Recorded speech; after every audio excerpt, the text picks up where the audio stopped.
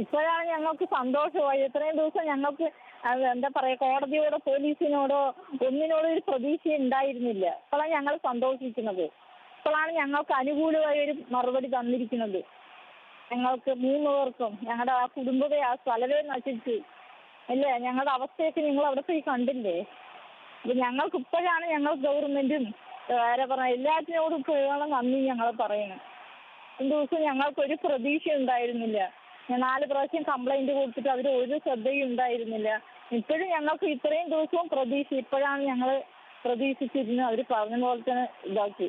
ഞങ്ങളുടെ പ്രതീക്ഷ അതായിരുന്നു, അവരും അതുപോലെ തന്നെ ചെയ്തു. സന്തോഷമുള്ളൂ. എല്ലാവരോടും സന്തോഷം പറഞ്ഞോളൂ.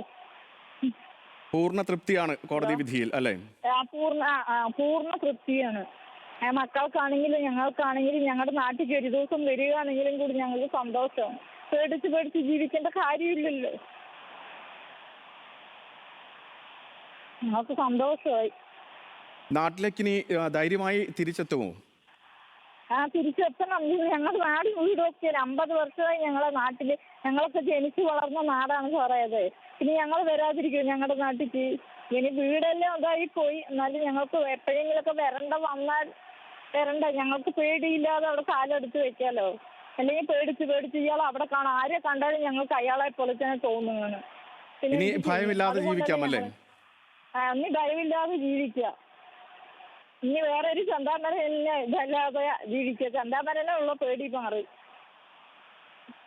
വളരെ നന്ദി.